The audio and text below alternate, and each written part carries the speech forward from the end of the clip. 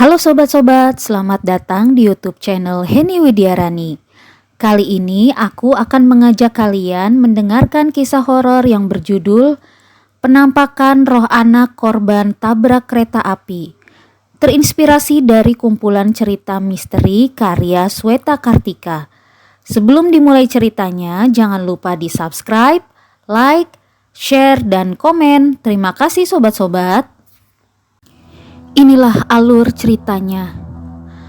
Tembok-tembok tinggi berlumut membatasi sisi belakang rumah sakit Kembang Cempaka. Pagar dinding itu menyisakan cerita-cerita ganjil yang timbul dan tenggelam. Sekali waktu ceritanya memunculkan sosok lelaki renta tak berkulit. Di malam lain penampakan wanita dengan kepala terbalik mengusik sebagian perawat rumah sakit. Namun ada satu cerita yang paling mengguncang nalar Bayu, dan itu terjadi pada tahun 1992. Ia mengalaminya sendiri. Begini cerita lengkapnya. Kembang Lor 1992. Malam kelahiran anak Pak Kasman disambut gembira oleh segenap warga desa Sempuran. Berbondong-bondong mereka datang membesuk ke rumah sakit tempat putra bungsu pedagang beras itu dilahirkan. Peristiwa ini di samping menggembirakan rupanya juga menjadi momen yang dilematis karena berbarengan dengan jatuh sakitnya Mbah Kromo, mantan ketua RT setempat. Kakek jompo itu dirawat di rumah sakit yang sama. Sebagian pembesuk silih berganti mendatangi Mbah Kromo usai menemui si bayi merah. Bayu yang hidup sebatang kara mendapat tugas dari Pak Lurah untuk menjaga Mbah Kromo. Sebagai seorang pengangguran, imbalan Rp500 semalam untuk menjaga seorang lelaki tua cukup menggiurkannya. Malam itu pekat mengepung. Ini hari ketiga Bayu bermalam di bangsal tua yang luas dan pengap. Dan entah mengapa nuansa kali ini agak berbeda. Bayi kecil putra Pak Kasman dibawa pulang sore tadi. Namun Mbah Kromo masih tertahan di bangsal berdinding semen basah itu. Perasaan Bayu sedikit terganggu. Kelengangan tanpa bebunyian perlahan merundungnya dalam ketidaknyamanan. Dengkuran napas Mbah Kromo menjelma menjadi mantra penidur. Rasa kantuk Bayu bergelut dengan hawa dingin yang menggelayuti kegelapan.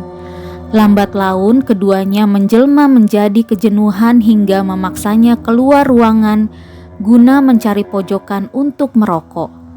Sembari berkeliling lorong rumah sakit. Lampu-lampu bohlam kuning menyala remang di sudut-sudut lorong, tampak senada dengan kehangatan yang mulai terasa. Bersamaan dengan lenyapnya asap nikotin yang terhirup, rasa kantuk Bayu pun kembali datang. Sudah kehabisan cara untuk membunuh kejenuhan, ia memutuskan untuk menyusuri kembali jalur koridor menuju ke ruang flamboyan yang berada di sisi barat tempat Mbah Kromo berbaring. Namun karena asik terbawa dalam lamunan, Bayu jadi tersesat.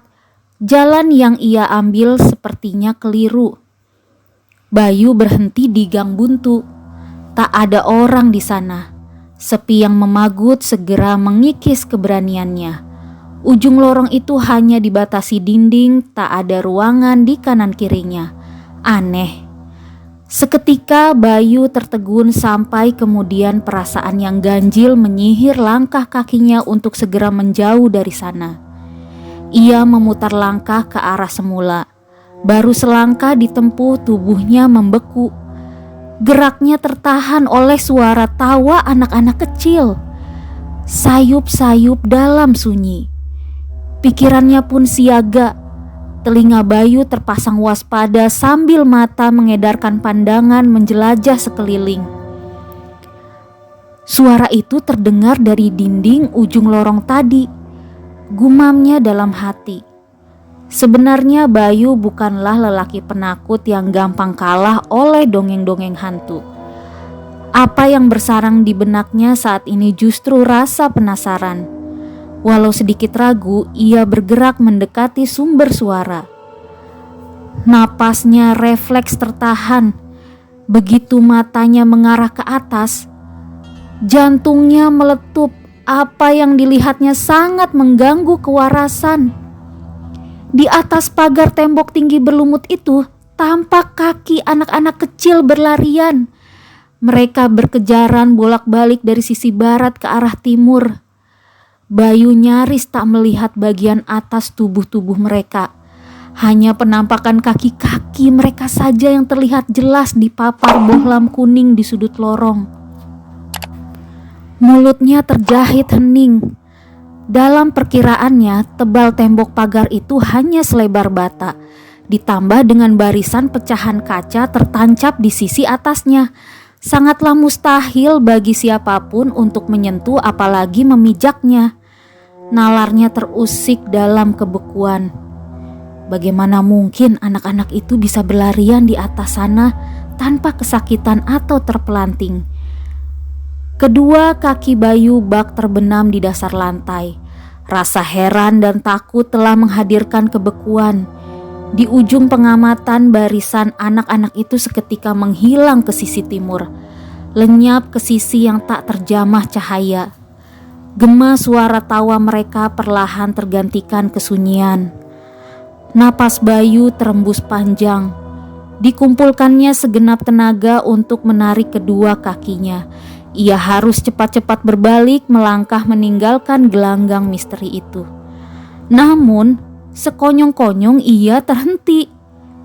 Di depan sana, di sebuah pertigaan lorong yang temaram, Bayu melihat sosok anak kecil berjongkok.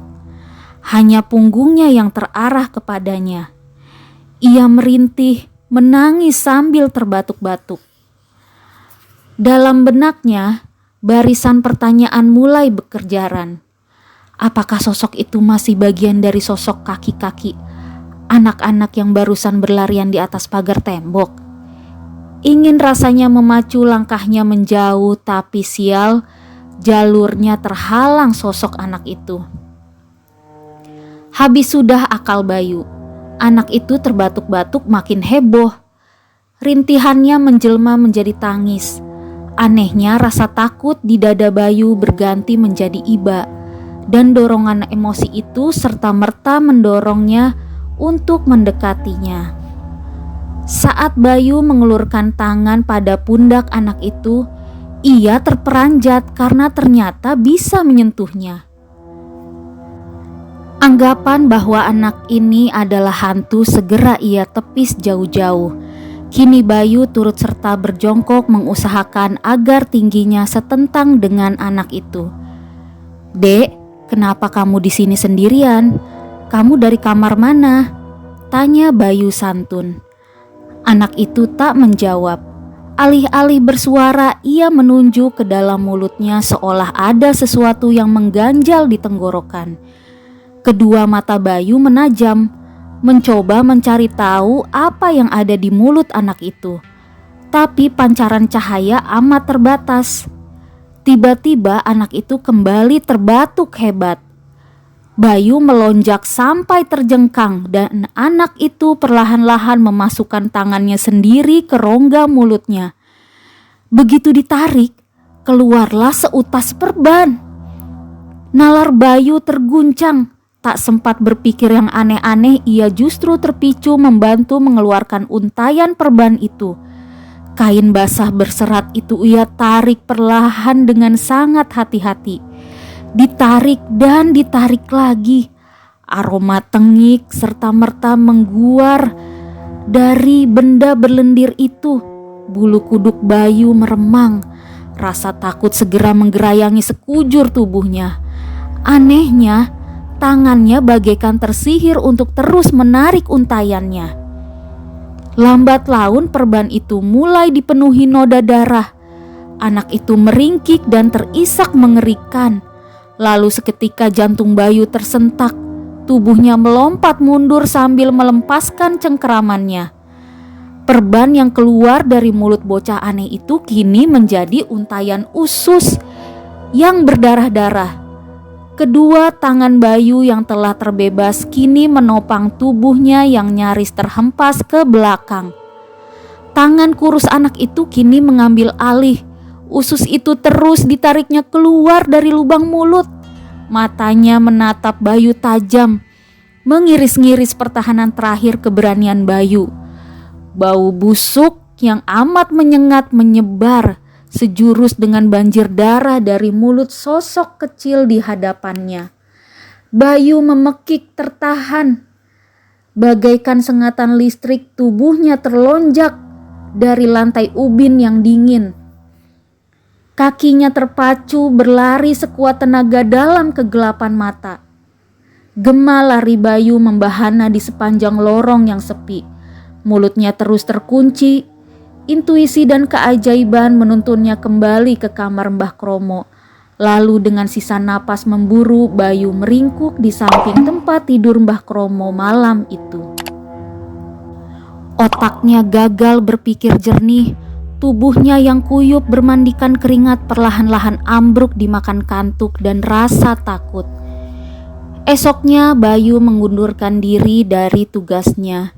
Ia menolak tawaran Pak Lurah yang hendak menaikkan tarif jaga. Niat baiknya sudah runtuh oleh peristiwa yang ia alami semalam. Tak ada yang tahu cerita ini. Bayu khawatir hanya dituduh mencari alasan saja untuk mangkir. Namun sebelum meninggalkan rumah sakit, ia ingin mencari jawaban misteri yang menggantung di benaknya. Bukannya dari perawat atau dokter, Bayu justru mendapatkan cerita dari penjaga warung yang berdagang di area depan Rumah Sakit Kembang Cempaka. Berdasarkan penuturan penjaga warung tersebut, sekitar 2 tahun lalu sekelompok anak-anak dilarikan ke tempat ini dengan kondisi badan yang rusak. Mereka diterjang kereta api yang melintas saat mengejar layang-layang.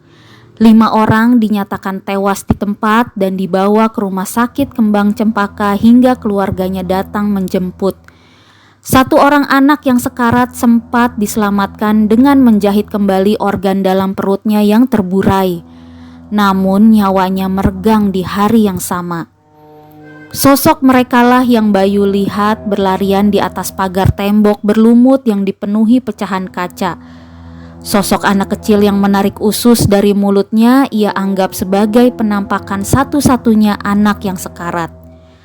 Roh-roh halus itu. Pojok Rumah Sakit Kembang Cempaka di daerah Krambang Lor telah meninggalkan kenangan paling mengerikan di dalam hidup Bayu. Demikianlah kisah horor tentang penampakan roh anak korban tabrak kereta api. Semoga dapat terhibur dan merasakan sensasi pengalaman horor yang tersaji dalam cerita tersebut. Terima kasih telah mendengarkan kisah horor dari aku. Jangan lupa di-subscribe ya, biar aku tambah semangat nyeritain kisah-kisah horor lainnya. Bye-bye.